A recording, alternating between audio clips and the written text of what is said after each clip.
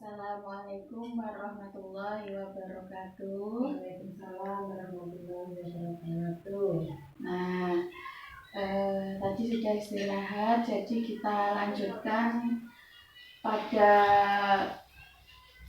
pembelajaran sesi 11 ini yang penutupnya gitu ya.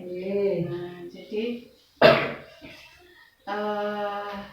langsung saja di sini saya punya kesimpulan pembelajaran untuk sesi 11, yaitu tentang kekerasan pada anak, kekerasan dan perlakuan salah kepada anak, gitu ya. Nah, jadi kesimpulannya dalam pembelajaran ini yaitu pertama, setiap sikap dan perilaku yang membuat anak itu menderita, baik fisik, psikis, sosial terhadap anak, itu merupakan sebuah bentuk kekerasan dan perlakuan salah, gitu ya. Jadi di sini yang dimaksudkan kategori fisik adalah bila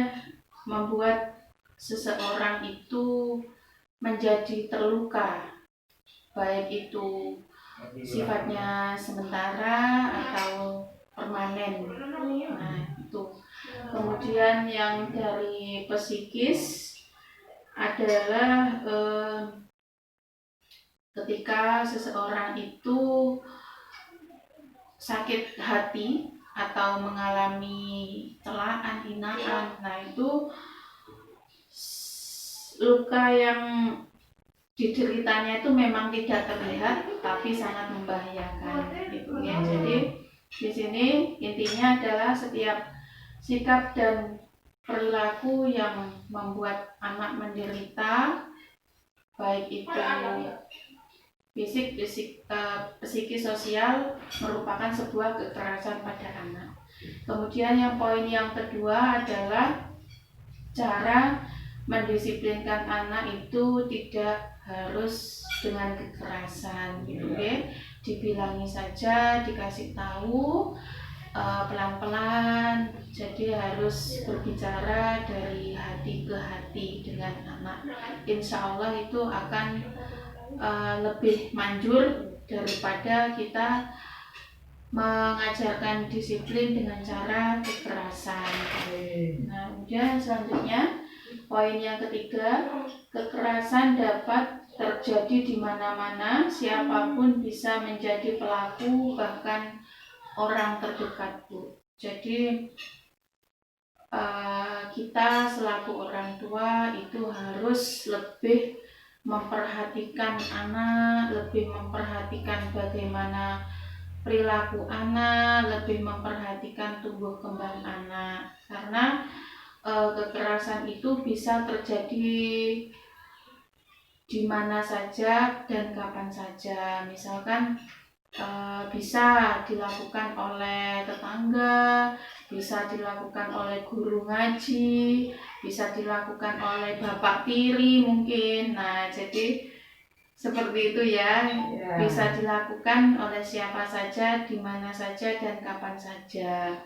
Kemudian yang keempat, orang tua wajib mencegah kekerasan dan perlakuan salah untuk melindungi anak, Bu.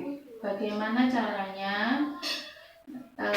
Yang pertama adalah kita harus memberikan kasih sayang kepada anak dan memenuhi segala kebutuhan anak, seperti itu. Nah, yang kedua yaitu ketika di rumah kita harus memberikan edukasi kepada anak tentang ini loh organ tubuh, ini loh masa reproduksi kalau wanita seperti ini alat reproduksi, seperti itu. Kemudian kita juga harus menjelaskan tentang kehamilan seperti itu kepada anak. Jadi ketika anak itu mulai usia SD, sudah SD itu harus sudah diperkenalkan, Bu. Nah, jadi mengedukasi anak ini tentang alat reproduksi, ini bagian tubuh yang boleh disentuh, misalkan yang boleh disentuh mana saja, kepala boleh disentuh, tangan boleh disentuh, kaki boleh disentuh. Nah, kemudian mengajarkan pada anak ini loh bagian tubuh yang tidak boleh disentuh, yaitu yang ditutupi oleh baju.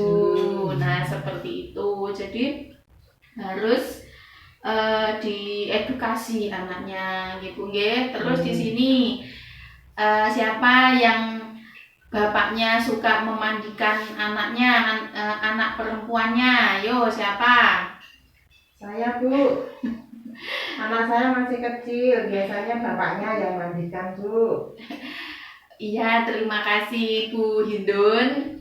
Untuk besok mohon nggih tidak dilakukan seperti itu lagi nggih. Tidak Jadi boleh ya, Bu? tidak boleh, Bu. Jadi anak perempuan itu yang memandikan harus ibunya, tidak boleh bapaknya, nggih. Repot soalnya, Bu, sibuk masak gantian. Iya, walaupun alasannya untuk mendekatkan emosional antara ayah dan anak itu tidak boleh, Bu.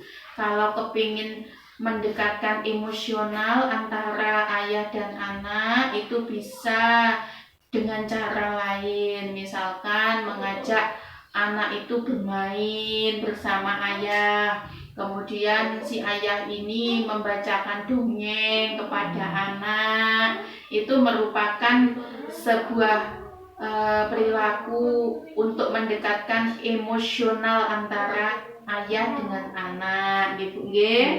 Jadi seperti itu. Kemudian pastikan, Bu, si anak ini dia berani berbicara atau curhat kepada ibunya. Jadi ibu itu harus seperti kawan, nggih. Ketika anak ini mau curhat, terbuka sama ibunya. Nah, mungkin cerita bagaimana keadaan di sekolah, bagaimana teman-temannya, seperti itu. Jadi orang tua itu harus membuat si anak ini menjadi nyaman dan aman gitu, nggih. Nah, itu kalau seandainya ada apa-apa di sekolahnya, mungkin disakiti, dibully oleh temannya, itu harus segera diajarkan kepada anak, harus segera lapor kepada ibunya, nggih. Nah, jadi anak ini jangan didiamkan saja, Bu, nggih, karena anak ini rawan sekali mendapat kekerasan, nggih. Nah, itu poin keempat. Kemudian yang kelima adalah pencegahan kekerasan dan perlakuan salah dilakukan melalui antara lain deteksi dini, membawa anak ke tempat aman, melaporkan ke RT RW dan polisi setempat. Ya, nah itu nanti kalau seandainya ini ada beberapa nomor yang bisa dihubungi lembaga layanan setempat ketika diperlukan. Ya, nanti bisa dilihat sendiri. Nah, sudah. Nah, saya punya PR untuk ibu-ibu sekalian, mohon nanti di rumah dikerjakan, PR-nya mudah, Bu. Apa, Bu? PR-nya yaitu silahkan jenengan nanti menyampaikan hasil pembelajaran kita ini kepada keluarganya, kepada tetangganya, kepada lingkungan sekitarnya, Nah, kemudian juga jenengan nanti mengerjakan pekerjaan rumah yang ada dalam buku pintar halaman 31, nggih. Monggo nanti itu dibaca, dikerjakan. Kemudian ibu-ibu harus lebih waspada, nggih.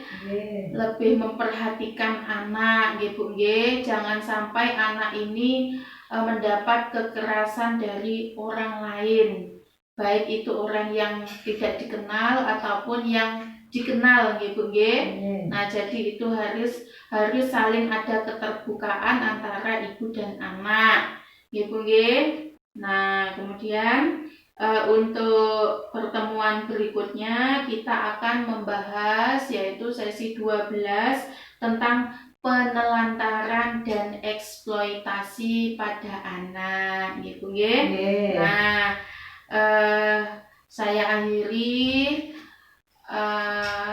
sampai sini. Ada yang mau bertanya mungkin? Enggak Bu, sudah paham. Sudah paham nggih. Alhamdulillah. Terima kasih atas kedatangan ibu-ibu dalam pertemuan kelompok ini. Saya akhiri, wabillahi taufik wal hidayah. Wassalamualaikum warahmatullahi wabarakatuh. Waalaikumsalam warahmatullahi wabarakatuh.